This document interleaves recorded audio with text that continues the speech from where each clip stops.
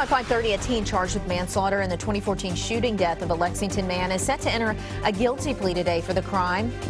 Also on WKYT this morning, a Madison County teacher is charged with sexual abuse and rape after police say she had sex with one of her 16-year-old students. And in Lexington, classes set to begin at the University of Kentucky for the fall semester. We have more coming up. Tracking, alerting, protecting. This is WKYT This Morning.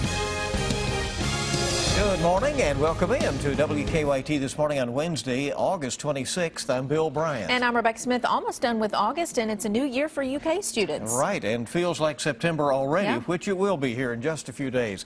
With that fall weather continuing out there, let's check in with meteorologist Micah Harris. Good morning. Hey, good morning. It is continuing, and it's not going to stop anytime soon. That huge dome of high pressure remains in place, and we're still getting those winds from the north and northwest. That's pumping in that cooler, drier air. And another thing it does, not only does it pump in that cooler, drier air, but look around us. I mean, you really have to go off toward the Atlantic seaboard to actually see some rain. Back toward the west into the Midwest and also the Plain States, you're not seeing anything. That dome of higher pressure is huge, and it's strong, too. It's going to keep us dry for the upcoming days. 58 degrees now in Corbin. We're at 53 in Frankfort. Virtually all of us stay right there in the 50s, so no signs of any records anytime soon. We go off through the afternoon, 76 degrees. It's a pleasant day in store, just like the past few days. And we stick to it the next 48 to 72 hours. However, it does change as we slide off towards your weekend. None of those events are going to be going on. What's your weekend forecast looking like? I'll have that coming up in a few minutes. All right, Micah, thank you very much. And let's get to the news. Later today, a 17-year-old is set to enter a plea in connection with the shooting death of a Lexington man. A 21-year-old Antonio Franklin was killed in the crossfire of a gun battle in Duncan Park last year. Damian Sanders was just 16 when he was arrested and charged with manslaughter. WKYT's Mark Barber is on our live desk with a look at the case. Good morning, Rebecca. Damian Sanders is now 17 years old. He's expected to plead guilty to second-degree manslaughter in court today. 3 other men are also charged in the case. They are expected in court next month. Police say the 4 men are responsible for the death of Antonio Franklin. Officers think the innocent 21-year-old was caught in a spray of bullets in Duncan Park last year when the 2 groups of teens started shooting at each other. This morning, Franklin's mother is preparing to face Sanders in court. She says he did send her a heartfelt letter. Now she's asking herself if she can forgive him. When I see that difference, that change, sure I can. Mr. Sanders is a kid. He's not even turned probably 18 as of this date. So, you know, where is the parental supervision? There are other people that should be held accountable for his misbehavior. Now Franklin says she still does not know how Sanders was involved in the shooting, but she is confident that the 17-year-old will be held accountable today. From the live desk, Mark Barber, WKYT. Well, a Madison County teacher is behind bars this morning, accused of having sexual contact with one of her students. Police say an anonymous tip led them to 24-year-old Brandy Lynn Whitaker, a biology teacher at Madison Southern High School. She's charged with sexual abuse, rape, and sodomy. Investigators say she admitted to having sexual contact with a 16-year-old male student twice. The district tells us Whitaker has been suspended with pay pending the outcome of the investigation. She's declined a jailhouse interview with us. The Lexington Fire Department is mourning the loss of a retired captain after he was killed in a motorcycle crash in Barron County. The crash happened on Highway 68 near Glasgow yesterday morning. Investigators say Max Hellmuller was trying to pass a construction grader when the grader turned in front of him. The motorcycle hit the side of the grader, throwing Hellmuller onto the road. He later died at the hospital. A Harlan County man is behind bars after police say he attacked medical workers while being treated at a hospital. 35-year-old Jacob Begley of Everts now faces 6 charges in connection with the attack. He's accused of attacking 2 nurses, including putting one in a headlock and trying to choke her. Police say he also tried to stab a security guard with a pencil. Police had to taser him in order to arrest him. They say they're not sure what caused him to go on the attack. I don't know if he didn't like the care treatment or it wasn't being done fast enough, but for whatever reason, he had some issues that he thought that was the best way to resolve them, and he found out that they wasn't. Thankfully, none of the hospital workers suffered any serious injury. Begley is being held on a $10,000 cash bond. We're coming up on 5:35 on WKYT this morning, and Kentucky State Police are applying for a nearly $2 million grant to help with a backlog of rape kits. The state has almost 900 untested rape kits at the state crime lab. Each kit takes several weeks to process, and that's just a third of what is tested at the lab.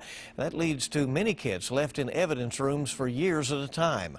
According to a Louisville TV station, with the grant, the state will be able to send untested kits to private companies for processing. KSP is hoping to find out about the grant status sometime in mid-September. Well, authorities say a man suspected of jumping the White House fence earlier this year has been shot and killed. Right. Police say he walked into a court in Pennsylvania, pulled out a knife, and stabbed a sheriff's deputy before another deputy allegedly shot and killed him. CNN has more from Westchester. Chaos erupted behind these walls just before lunch Tuesday when police say Curtis Smith walked in the lobby, pulled out a knife, and stabbed a sheriff's deputy. He was crazy. It happened within 20 seconds. Riley Aikman stood just feet away from Curtis Smith. He went right through security. And I remember he said, "I'm going to get you, I'm going to get you." Next thing I hear, pop, pop, and he went down. And I was looking at him, and he had something in the stomach. Smith is a Coatesville resident who was arrested back in March for jumping the White House fence. Chester County District Attorney Tom Hogan said the courthouse threat ended seconds after it began. Another deputy sheriff immediately pulled his firearm and shot Smith. Other witnesses watched in a panic. It's emotional. You know, first thing I did was call my daughter. She's in college, so I'm just like, I'm okay. Shantae Watson was on her way to the lobby when she heard the gunshots. We saw them bring a body out. At that time, I didn't know, what his state was, but he was just laying on the stretcher. He appeared to be handcuffed to the stretcher, but I knew it wasn't one of the sheriffs. The sheriff's deputy left for a local hospital. District Attorney Hogan commended the security team charged with protecting the building and the people inside. Unfortunately, because of incidents like this across the nation, we have learned how to deal with an attack in a courthouse. Nobody else was injured. The sheriffs did their jobs. The lockdown went perfectly.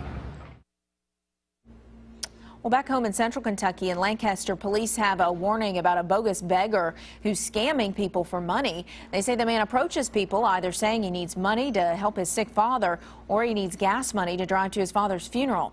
But Lancaster police say it's just a scam. 10 people have actually lost money because of it. They say they know who the bogus beggar is, but they're not releasing the name until they have an arrest warrant. He will be facing a misdemeanor charge. Well, happening today, summer is officially over for University of Kentucky students. Back to the books today. Thousands of students will kick off the 2015 fall semester in just a few hours from now. WKYT's Michelle Chamberlain is live on campus this morning with more. Good morning, Michelle. Good morning. Yeah, it's the first day for students, 26,000 students to be exact, here on UK's campus, and with that means an increased amount of traffic. Now, police are asking if you walk, please use a crosswalk, and if you're driving, please do not text, as there will be a boost in the number of pedestrians and bikers on the road this morning. Now, over 7,000 students moved into campus here at UK. UK students' population is diverse, representing 117 countries, every state in the nation, and every Kentucky county. Now, as part of the Welcome Back events offered to students during the first day of classes, there will be an open house featuring a photo booth, ice cream, and a reproduction souvenir pennants from 11 to 2 o'clock today. This will take place at the Margaret King Library. The exhibit showcases all things UK, as it includes more than 150 artifacts, photographs, documents, and publications. Now, as you drive through campus, you'll see there have been several changes this off-season, including UK's newest dining facility, the 90. There's also the country's largest on-campus Starbucks. It's located in the W.T. Young Library. And behind me are UK's newest dorms to open up this season. It's Woodland Glen 1, 2, and 3. Now, as you begin your morning, remember, it's the first day of classes here at UK. Live in Lexington, Michelle Chamberlain, WKYT. and some of those considered to be luxury dorms. There are some lucky students at UK. Hope you have a great first day back to school. Well, they made a valiant effort, but Kentucky is now out of the Little League World Series. The team lost out to California last night. The final score was 11-3 in favor of California, but Kentucky didn't go down without a fight. Pitcher Eli Burwash struck out 6 California batters in a row in the 3rd and 4th innings, and Carson Kelly hit a solo home run over the left center field fence to drive in one of Kentucky's 3 runs. California will play tomorrow against either Texas or Pennsylvania. All right, still very, very proud of our team from Kentucky. Well, a religious freedom organization is calling for the removal of religious artwork in the Breathitt County Courthouse. The artwork shows a man kneeling before Jesus with the caption, "In your place, what would Jesus do?" The organization says they have sent multiple letters to Breathitt County leaders over the last few years asking for it to be removed. Breathitt County Judge Executive John Lester Smith says he does not want to comment until he talks with the county attorney. Well, new this morning, a year after a sinkhole swallowed part of the National Corvette Museum in Bowling Green, the Sky Dome is set to reopen soon. A sinkhole opened beneath the floor of the Sky Dome at the museum last year, taking 8 historic Corvettes along with it. On September 3rd, it will reopen along with those cars, fully restored. One of the most damaged cars was the 1,000th Corvette, which rolled off the line in 1992. The museum will host a special unveiling ceremony for it that day. So it should be an exciting time for them over there.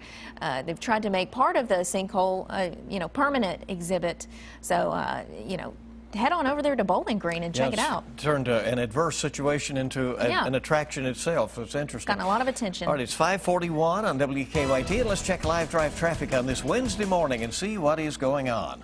A little bit of action on the Waze map, but not a whole lot of trouble that we're hearing of. The roads could be changing the situation a little bit later this morning once UK gets back into session and in full swing. And as you drive through downtown Lexington and around the campus this morning, remember those classes are underway. A lot of extra foot traffic in those areas.